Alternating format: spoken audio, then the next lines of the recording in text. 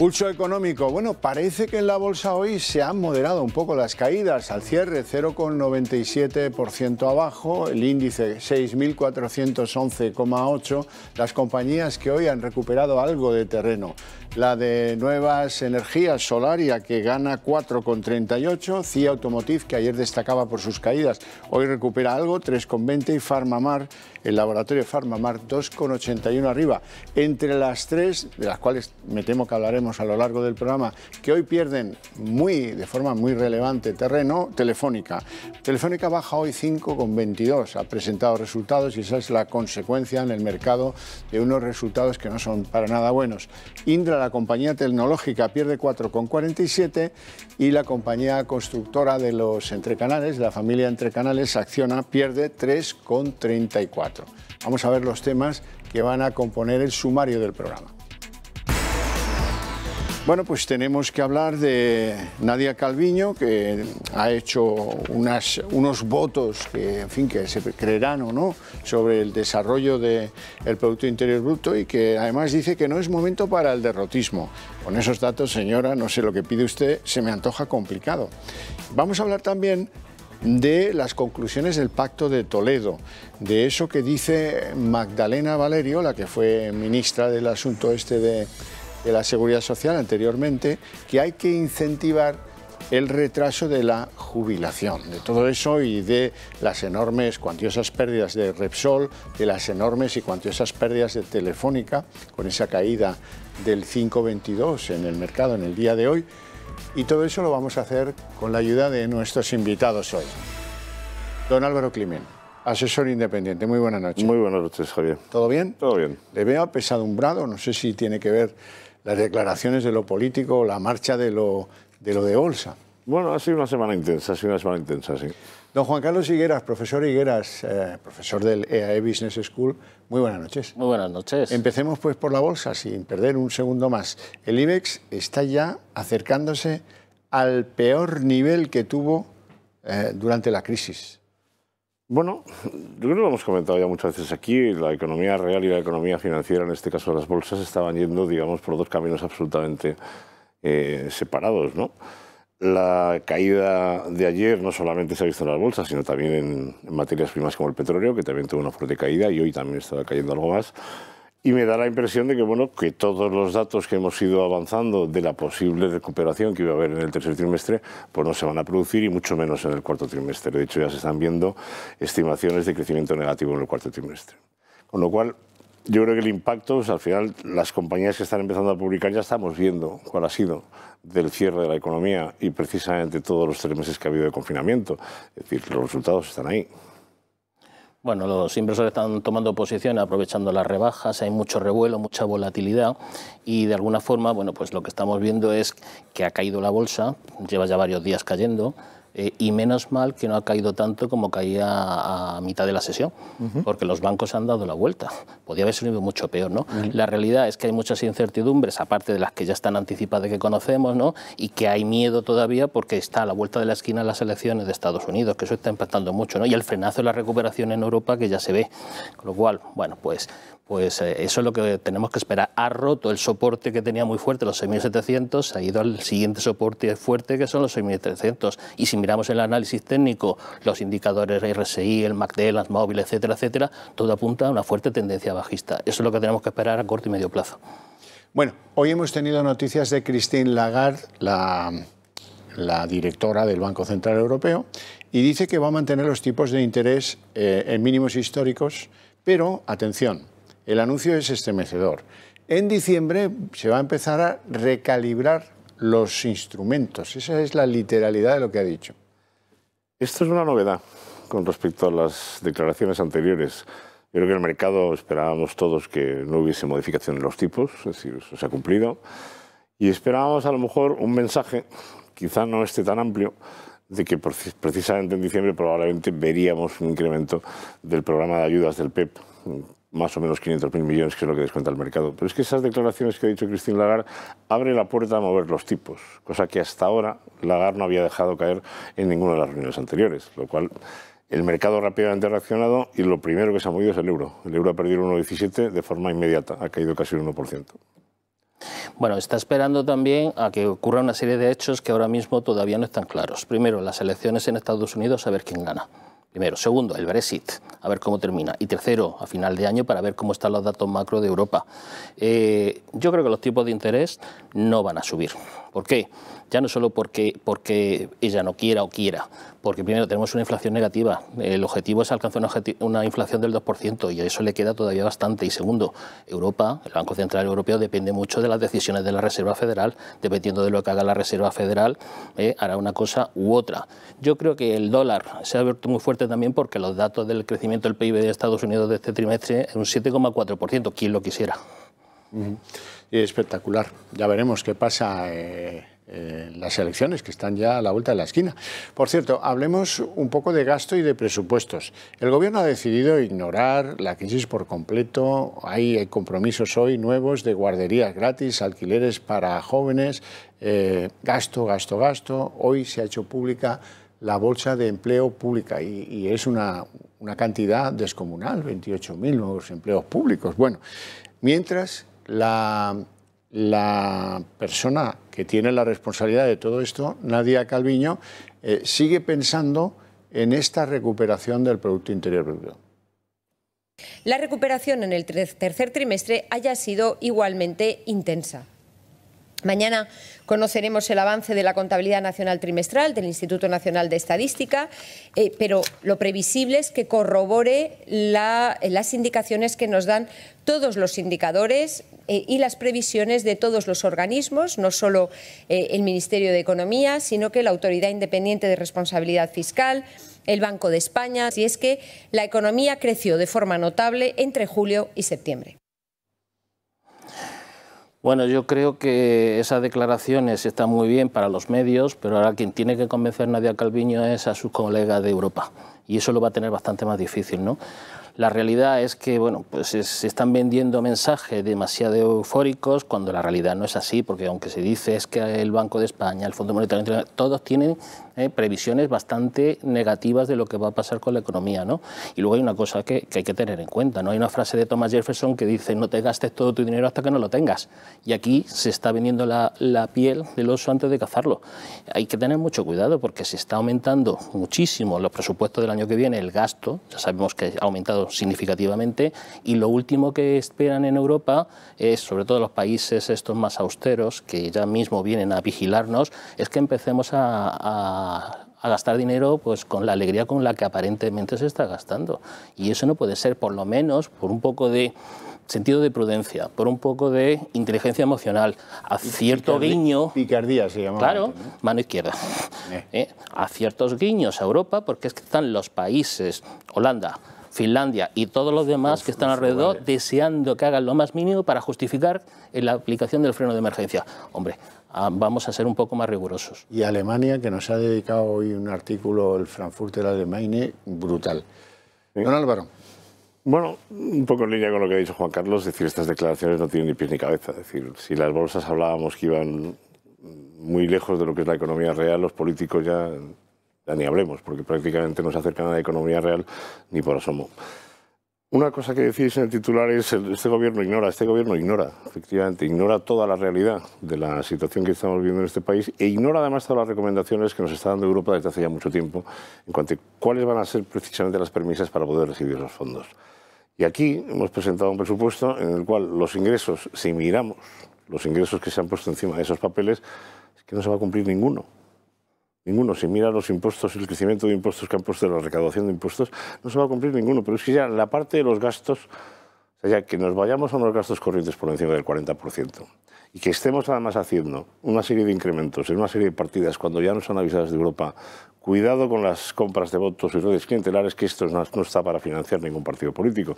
Que todo lo que hay es subida de pensiones, subida de sueldo de funcionarios, el ingreso mínimo vital, la subida del IPREM, que parece que no, pero ahí entra una bolsa también de gente que va a tener el permiso para poder acceder al alquiler, a compra de vivienda protegida, a guarderías.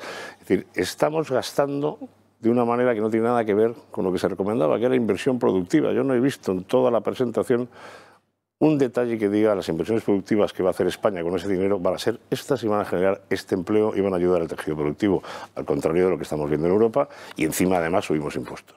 Vamos a hablar de las conclusiones del Pacto de Toledo, que nos hemos celebrado durante días y días. Magdalena Valerio, la exministra, dice que hay que incentivar el retraso de la jubilación. Aquí la idea es intentar que las jubilaciones anticipadas sean las menos posibles y que solamente estén justificadas por causa de que se esté trabajando, de que se tenga un trabajo penoso, peligroso, insalubre. O sea, tener muy bien regulado esto, porque hay profesiones que son muy peligrosas y muy complicadas. Bueno, pero como yo sé que el profesor Higueras le ha dedicado no pocas horas, yo le dediqué unas cuantas, pero el borrador no decía nada. Lo que me costó muchísimo llegar a la conclusión, lamentable, lo admito, de presentarme ante ustedes diciendo lo he intentado, pero no consigo resumir las conclusiones. ¿Él ha dedicado más tiempo o tiene más arte en encontrarlas? Pues se resume muy fácil, que para este viaje no hacían falta esas alforjas. Es decir, es que al final es un brindis al sol. Es una lista de buenos deseos, de buenas intenciones, de las que está empedrado el infierno, pero que al final no dice nada concreto, salvo alguna cosa que, bueno, que podemos estar más o menos de acuerdo, pero en general es, bueno, vamos a hacer cosas para todos ser muy felices. Pero lo que no se puede pretender es que nos jubilemos con 80 años, que es el paso al camino al que vamos. Entonces, la jubilación ya sabemos que la vamos a tener que hacer mínimo, la legal, a los 67 años. Es cierto que hay que hay que restringir la jubilación anticipada, pero cuidado, no todo solo por profesiones que tengan cierto peligro, porque no puedas ejercer con determinadas edades. Es que si alguien ya lleva cotizado 38 años y medio, como si tienes 40, ya deberías tener derecho a esa jubilación. Y lo que hay que hacer sobre todo es incentivar efectivamente de forma voluntaria que uno pueda seguir trabajando después de la edad legal de jubilación. Pero de incentivar quiere decir no que te den 20 euros más de pensión, sino que puedas compatibilizar esa jubilación con tu actividad laboral, que no tengas penalizaciones y que al final te sientas incentivado. Al final lo que tendemos es a tener todos una pensión más o menos similar, porque hay cada vez más convergencia entre las pensiones no contributivas y las contributivas, con lo cual el concepto de seguridad social y la relación directa entre tanto pago, tanto voy a tener, eso se está perdiendo. Y entonces todo eso ya no se llama seguridad social ni sistema contributivo, se llaman impuestos.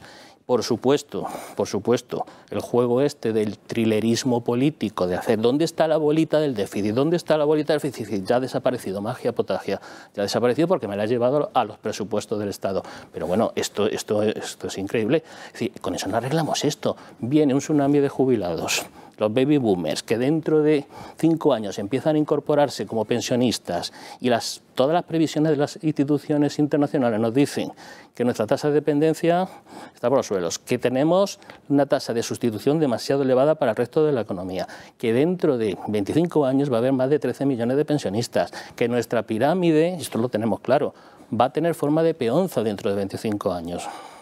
No forma de pirámide, ya de hecho ya parece un rombo, que no hay dinero, que esto es un sistema de reparto, pero que no va a haber dinero para repartir, como no modifiquemos estructuralmente nuestro sistema de pensiones. Y se ha perdido una oportunidad de oro para tomar el camino de las reformas valientes y hacer una reforma seria y rigurosa para los próximos 30 años. Ya veremos cómo acaba esto. Álvaro. Yo, muy rápido, decir, estoy perfectamente de acuerdo con Juan Carlos, pero hay una cosa que me parece fundamental. Es decir, ¿es el momento de hacer alguna reforma estructural de este calado ahora mismo? Cuando no sabemos ni qué profundidad va a tener la crisis, ni qué duración va a tener la pandemia, ni qué números vamos a encontrar de cierre de año en el 2020 y menos todavía en el 2021. Creo que no. Las líneas que pone ese papel, efectivamente, son papel mojado, y la bolita esa de mover unos pagos que tienes que hacer en un sitio y en otro, al final los vas a tener que pagar igual, lo que implicaría ir a presupuestos y a impuestos, con lo cual eso vas a traducirse en más deuda o en más déficit. Sobre todo habla de los salarios de los gestores del régimen de pensiones. Correcto, efectivamente. Claro. Bueno, vamos a algún nombre propio. Telefónica ha reducido su beneficio neto un 50% durante el COVID. Las divisas en Latinoamérica, concretamente en Argentina, lastran a la compañía y las acciones caen en bolsa. Bueno, los resultados, a mí me ha sorprendido mucho la reacción del mercado tan violenta. Es decir, llegar a caer más de un 8% en el día me parecía poco justificado. Es cierto que los 9 meses son muy malos, el beneficio ha caído un 50%, las ventas han caído un 10%, pero luego si cogemos el trimestre aislado, el tercer trimestre no ha sido tan malo. Es decir, los 4 principales mercados se han comportado relativamente bien, incluso en alguno de ellos ha conseguido mejorar márgenes, lo cual me ha sorprendido. Tiene una posición de liquidez y de flujo de caja operativo en el trimestre positiva, bastante aceptable, de casi 1.600 millones, y han rebajado algo la deuda, no mucho, pero han rebajado casi 600 millones la deuda. Es decir, se mantienen todavía en ratios de deuda financiera EBITDA en 2,7 veces, y metemos arrendamientos en 3,2, es decir, todavía razonable. Yo creo que el mercado ha hecho una lectura más en cuanto a las recomendaciones que dieron las agencias de rating en su día de la compañía. Aproveche usted este año, con la pandemia, que además los bancos no están pagando y son los principales competidores en rentabilidad por dividendo con este tipo de compañías, y rebaje usted algo el dividendo, de manera que pueda tener más capacidad para poder invertir a futuro y poder cumplir sus planes de crecimiento. Yo creo que eso es lo que ha hecho realmente el mercado en la lectura. Bueno, estoy de acuerdo con lo que dice Álvaro. Quizás lo que hay que añadir un poco es que Telefónica tiene un modelo de negocio que su mercado natural es Latinoamérica, y Latinoamérica tiene ya de por sí una serie de riesgos, unos económicos por el riesgo cambiario, y eso los tiene que soportar siempre, y otros políticos, porque le puede pasar, y más en Argentina, porque lo que ha ocurrido tiene mucho que ver con Argentina, bueno, pues le puede pasar que pierda dinero simplemente porque te expropien, porque te hagan una devaluación de la moneda de la noche a la mañana, y por muchas otras razones. Independientemente de eso, el modelo de negocio, ya sabemos que Telefónica pues, ha perdido casi más del 90% del valor desde los precios históricos, y luego bueno, pues es una compañía que de alguna forma pues, tiene que apuntar hacia otro tipo de actividades dentro de lo que es su cadena de valor. Bueno, también puede ser que muchos fondos de inversión estén fomentando muchas operaciones en corto con Telefónica. No es suficiente que te ven débil y que te ven sangrar para que se te tiren a la yugular. Yo creo que eso también que... Bajista. Bueno, vamos a hablar de Repsol. Repsol pierde 2.578 millones hasta septiembre, pero dicen que bate las expectativas del mercado. No, los otros han estado por debajo del consenso, claramente. Es decir, no han batido las expectativas. Otra cosa es que los analistas consideren que Repsol pues, tiene un balance saneado, tiene una buena posición de liquidez, su negocio, digamos, se está moviendo más hacia el mundo renovable, que de alguna manera está cambiando ese switch de producción que tenía. Pero yo creo que Repsol es el fiel ejemplo de lo que estamos viendo también con los bancos, es decir, muchas provisiones precisamente por el valor de los inventarios, es decir, el precio del petróleo ha caído, recordemos, de media en los últimos 12 meses un 31%. Eso va directo en vena al valor de los inventarios, más toda la parte de explotación y producción por toda la caída de demanda. Eso al final se produce una caída de demanda, va a ir el consumo, baja el resultado operativo y te encuentras estos resultados. Las expectativas, yo creo que en el sector no son buenas. Es decir, al margen de que luego Repsol, cuando presente su plan estratégico el 26 de noviembre, nos marque una senda de que efectivamente sacan a bolsa renovables o pueden hacer alguna operación corporativa, las expectativas de demanda para el año que viene en el mundo del gas y del petróleo son terroríficas.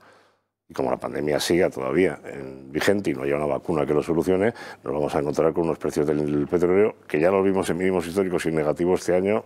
Cuidado con lo que podemos encontrarnos. Y que cada vez que hay un rebrote y hay un confinamiento, la demanda de combustible cae. Y luego, bueno, pues de alguna forma, pues Repsol pues, se deja un poco influir pues, por la situación del mercado, lo que decías, Álvaro, ¿no? Es decir, es que si al final está criminalizado todo lo que es los combustibles fósiles, si al final resulta que en Europa el 37% de todo el dinero que va a llegar, por lo menos a España, va a ser para la economía verde, para la transición ecológica, pues todos los inversores hacen su apuesta hacia otro tipo de compañía y por necesidad sí o sí Repsol tiene que transicionar hacia las energías renovables. Le tengo que preguntar por el Banco Sabadell, que toca mínimos en bolsa con los bajistas al ataque, jugando contra el valor, ¿no? Sí, bueno, hay muchos hedge funds que están haciendo operaciones en corto, lógicamente. Lo que decíamos antes con Telefónica, ¿no? A ver si ahora que está sangrando podemos sacar beneficio por hacer ese tipo de operaciones. Bien es cierto que es que el Sabadell, ya hemos hablado en otras ocasiones, es que está en muy mala situación, no hay mucho que hacer con el Sabadell, ¿no? Bueno, pero poco más se puede decir, ¿no? Y teniendo en cuenta que cada vez hay más rebrotes y el Sabadell depende mucho de las pequeñas empresas y de los autónomos, pues cuanto más confinamiento haya, peor para Sabadell. El que se ha puesto corto, ha aumentado la posición corta hasta 1,31, es viejo conocido del mercado español, Sunbeam Capital, que es el que se puso corto en Popular en su día hasta que acabó intervenido, ¿no? El problema del Popular, mañana publica resultados y veremos realmente hacia dónde van. Me imagino que irán en Sabadell, perdón. Mañana publican resultados. Y me imagino, ya vimos una rentabilidad por debajo del 2% en la última que publicaron, se va a ir a los niveles que está Bankia en su momento. Es decir, y el inversor extranjero que opera en corto en este tipo de valores sabe perfectamente que Sabadell está en el ojo del huracán ahora mismo. Es decir, por lo que has comentado tú, por la exposición que tiene a pymes y pequeñas y medianas empresas, con las caídas del consumo que se están esperando y los indicadores adelantados que estamos viendo de tarjetas y de consumo de tarjeta, está claro que la rentabilidad que va a presentar mañana el Sabadell va a ser mucho peor que la que presentó en el último mes. Y la mora está ahí, seguimos hablando de la mora y la mora llegará. ¿Pero hay plan para el Sabadell? Pregunto. Hombre, hablaban hoy de un primer paso Sabadell-Cuchabank para luego al final acabar los dos en manos de BBV. Yo creo que hay mucho orgullo patrio catalán, vasco, PNV, Generalitat, que va a ser complicado, pero me parece que este tipo de posiciones cortas y forzar las cotizaciones acabará obligando a que se dé el paso de hacer la fusión. Algo tienen que hacer, ¿no? No, claro, lógicamente. Están desangrándose porque esta era una oportunidad, pero cada día pues, es peor. Todo el planteamiento de cualquier hipótesis de salida con fusión o con acuerdo y tal, cada vez está más deteriorado. No tenemos tiempo para más, lo dejamos aquí. Les emplazo para que mañana estén puntuales a la cita a las 6:30 de la tarde para analizar lo sanitario, después lo político y terminamos con la economía. A ver si entre todos somos capaces de encontrarles el pulso económico, que no todos los días es fácil, no se vayan a pensar. Hoy por lo menos tenemos que parece que en la bolsa pues las caídas se mitigan. Muchas gracias.